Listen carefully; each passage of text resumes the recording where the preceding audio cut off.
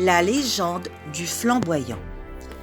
Il y a longtemps, très longtemps, le grand génie d'Afrique décida de créer une belle forêt avec des arbres divers et pleine de petits oiseaux. Il travaillait en série en créant d'abord des bois divers, acajou, palissandre, fromager, etc. Puis des feuilles diverses, puis des fleurs, puis des plumes. Et il vint monter sur place ses arbres et ses oiseaux.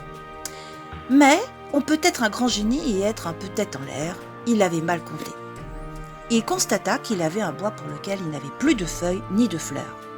Il n'était vraiment pas beau cet arbre sans fleurs ni feuilles. Et comme les arbres ne sont pas toujours gentils, ils se moquèrent de lui et le baptisèrent le laid. Il était très malheureux, le laid. Il avait bien demandé aux oiseaux de venir se percher sur ses branches, mais que voulez-vous ? Les oiseaux préférèrent aller sur les arbres qui avaient des feuilles pour les protéger de la pluie et du soleil, et des fruits pour les nourrir. Alors le laid, tout nu, au milieu des autres, ne pouvait que pleurer un peu de sève, seul, sans amis. Un jour, un orage terrible éclata sur la forêt. La foudre tomba et mit le feu aux grands herbes. Tous les oiseaux qui picoraient sur la terre s'envolèrent et voulurent se mettre à l'abri des flammes en se perchant sur les arbres. Mais les arbres dirent aux oiseaux « Non, nous ne voulons pas que vous veniez sur nos branches. Votre poids risque de les courber vers le sol et elles brûleront.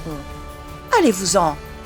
C'est alors que le laid leur dit « Venez, venez, petits oiseaux perchés sur mes branches, et pour une fois, avec vos plumes de toutes les couleurs, je serai le plus bel arbre de la forêt. » Et les oiseaux vinrent sur le laid, qui, pour la première fois depuis sa naissance, était follement heureux. Lorsque l'incendie fut éteint, tous les oiseaux de la forêt étaient sauvés.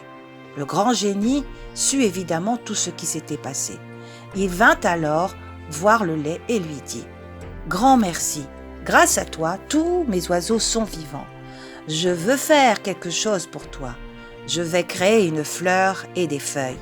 Et pour que l'on voie bien tes fleurs, tes feuilles ne pousseront qu'après la floraison. Je veux que l'on se souvienne du courage dont tu as fait preuve.